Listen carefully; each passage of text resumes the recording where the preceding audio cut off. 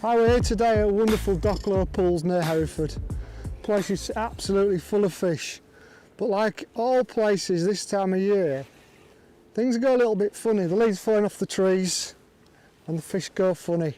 So what I've come to do today is come to show you how to get the most out of your peg with waggler fishing. A really great method this time of year. Catch fish like that all day long. Waggler fishing is really easy, so simple, tangle-free ways of catching fish on the float. And this is just a really easy, simple setup. The wagglers I'm using are loaded Garblino 2.5 grams, but you can go to 2.5, 3, 4 grams, whatever you need for the conditions. The setup itself is quite simple. A little bit shot down the line. There's two different rigs here. One I've set up so that it's to fish full depth, so I can fish a little bit of bulk down, set the float and sit and wait. The other one is to fish on the drop or shallow. If the fish come up off the bottom, I can catch them much better with these. But what I'd like to do is show you exactly how I set this up. Really simple and quick to do, and it's, as I say, it's a tangle-free method. I'm using a set of Garblino Essential rods. Basically, I've got a 13-foot medium setup. That's the one I use when I'm fishing a waggler on the bottom. Gives me a little bit more control. And it means if I want to put a heavy hook length on or a bigger hook, fish a bigger bait, sometimes meat here for example works really well, I can do that with this slightly more substantial rod. It's a great all-round rod, teamed up with one of the gold reels, a 3,500 size, just a £3 mainline. Very simple setup.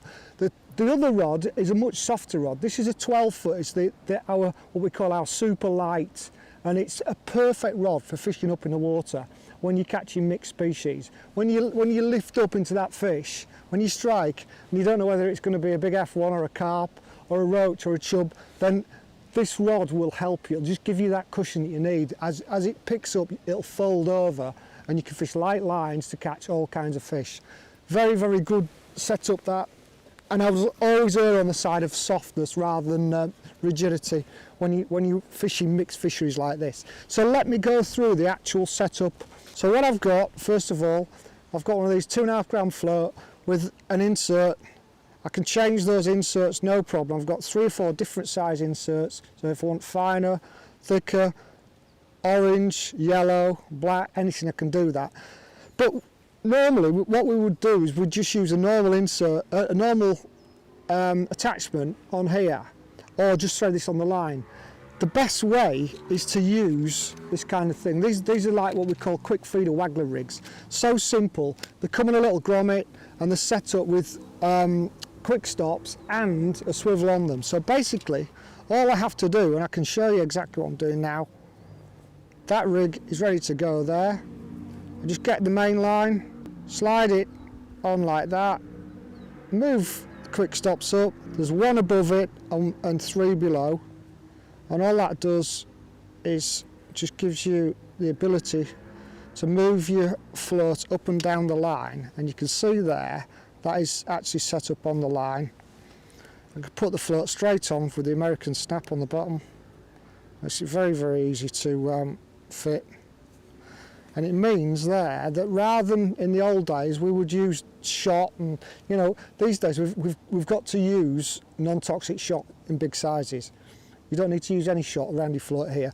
This setup is designed so you can have the maximum amount of loading on your float and the minimal amount of shotting on your line. I can build up as much shotting as I need in number 8s, number 10s, number 11s, whatever I need. It's only shallow here, I've only got 4.5 foot of depth, so basically I don't need much shot down the line. So most of my shotting will be in a couple of number 8s here, and maybe 10s, maybe 1 8 and 2 or 3 10s down the line.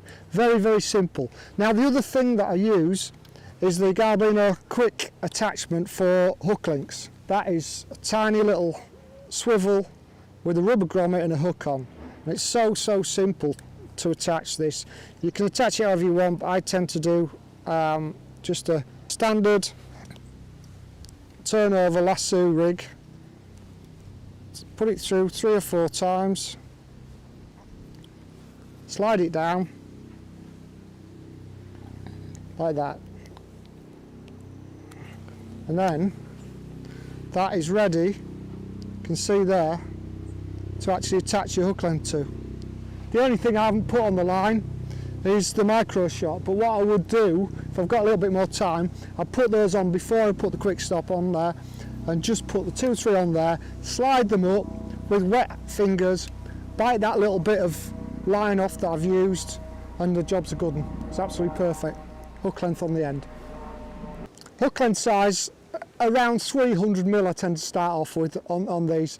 It's a good size, good length of hook length, because I can put a shot onto the bottom there. If I'm getting lots of quick bites, I need to move some lead closer to the hook, and I prefer to put a shot on the hook length rather than have this little quick stop as my final weight, because a little micro shot of an 11 or 12 works much better. See, I've just attached that there, just works absolutely perfectly well.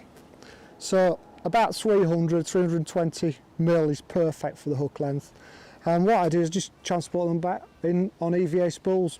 I can use them for feeder fishing, I can use them for waggler fishing, stick float fishing, whatever I want to do. If you put them on sort of 600 size and you want to use them at 300, just fold it over in half and tie a loop on there, and you've got a 300mm piece. It it's much more efficient carrying them like that than carrying lots and lots of different lengths. But that's basically the setup there. I've got one of our Winter Silvers hooks on there, Galblino ones. These are perfect, nice wide gape, and get a caster on, double maggot, or a worm head, which has been good today as well, through a loose fed caster. But that's very, very simple rig. I can move everything up and down without worrying about damaging the line. I can fish shallow, I can fish deep, and in seconds I can move it down, and that will not move at all until I want it to. One last point, what I always like to do, I always like to leave a little bit of gap above my waggler. One of the most important things is when you're casting, that waggler wants to hang straight down. If it's been held in place by something that's really tight, that's why the swivel works as well, because it helps it hang, then it can go offline. So just with that little bit of a gap there, it just helps you cast much more accurately. So that rig's done, ready to go, needs 2 shot on. Very, very simple. Swim choice is really important at places like this time of year. I always look for what I would call it's like fish holding features. This swim is just an absolute classic. You've got stumps here which always hold fish. There's loads of chub in this venue. Stumps, things like that, roots hold loads and loads of chub. F1s love features, there's lilies over there, there's reeds here, stream coming in. There's everything you really want. But if you're on a lake where there's no features, there's features underwater. Try and find them, try and look for them. Look for ledges, look for gravel bars, look for maybe islands and shelves, anything that will attract fish under the water to hold them there. As I say, as the fish go out, they will look for these features, and this is just perfect. In terms of bait, my menu's absolutely simple. My mainstay today is maggots and casters. I've got 2 pints of red maggots, which is the sort of bait that I will use on a hard day. I'll start feeding some casters, fish maggot on the hook, feed to response, you know, feed your casters. Hopefully it'll draw the fish in. The good thing about casters is they're just like pellets in summer. Pellets draw fish in from the noise and the fish come to them. Casters have exactly the same sort of thing in winter. When, you know, on still days especially, you ping a few casters in, you get that noise, you're not feeding a great deal, but it draws the fish in. Today we've had loads of fish come in, swirling over the bait, and catching shallow, and it's been fantastic. So I've left the maggots alone a bit more, but what I have been using, I've been using worm heads on the hook, just little bits of dendrobina head. What I'll do is I'll nip a tiny little bit of dendrobina off like that and hook it right in the tip. That'll stay on for 5 or 6 fish at least, just increases my catch rate all the time. But you know, when you pleasure fishing, it's great, you can sit there and you can catch all day and enjoy yourself. But if I was in a match today, I'd be keeping an eye on everyone around me. I'd be looking and thinking, that bloke over there, he's caught a carp, and you know, he's only caught one, but you know, I'm catching. I've just had at least a carp's worth of eyed and chub very quickly, so I'm all right. If he starts catching really well, I need to try and understand if there's any carp in my peg or any F1s, any bonus fish, bream, anything like that. And the best way to do it is just to have what I class as a bonus fish bait. And today, we're here at Docklow. It's not winter, it's 13 degrees, it's windy, the water's temperatures have dropped a lot, but it's not winter. The fish are still moving about and they're still actively feeding.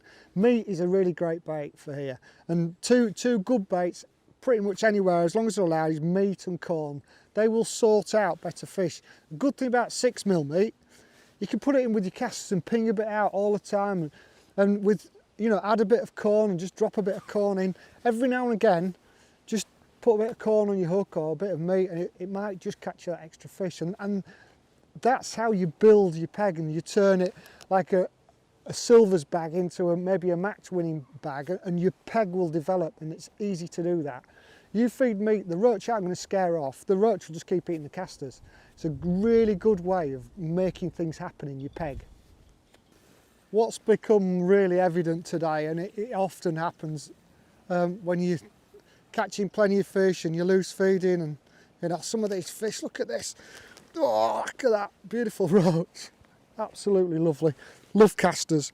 But what's been really important is the way I'm feeding and fishing. It's very important to cast past your feed or past where you're fishing, and then you've got to load your catapult. My catapult's loaded ready now, so I'm casting out, dropping it in, straightening the line, feeding short of where I've cast, straightening it out, and literally expecting a bite within seconds, because I'm fishing right in that feed.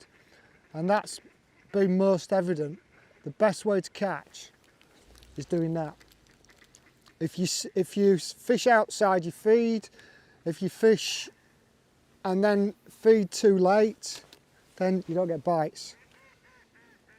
Every time you feed out, draw back in, just, you know, maybe about, oh, there you go, straight away. As soon as I've drawn into that feed, it just makes a massive difference. And it's, my catapult's ready again. I've fed, hooked this fish, again, another great big roach. I've hooked this fish, my catapult's ready. All I've got to do, put my caster on or my wormhead, which have been the two best baits. And there's lots of fish there, wormhead's good. When it's a little bit iffy, then caster's been good. So cast out, drop it in, feed, draw back, in fact, straight on it, look at that. It's just getting into that routine. And I'm using this time to play my fish now, just to load my catapult.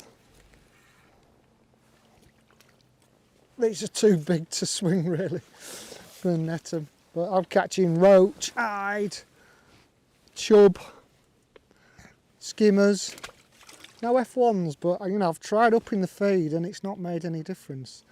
So it's just, the more feed I put in, then it just makes it a bit iffy. I'm better off just fishing and feeding, catching, so out, feed, look at that, straight away.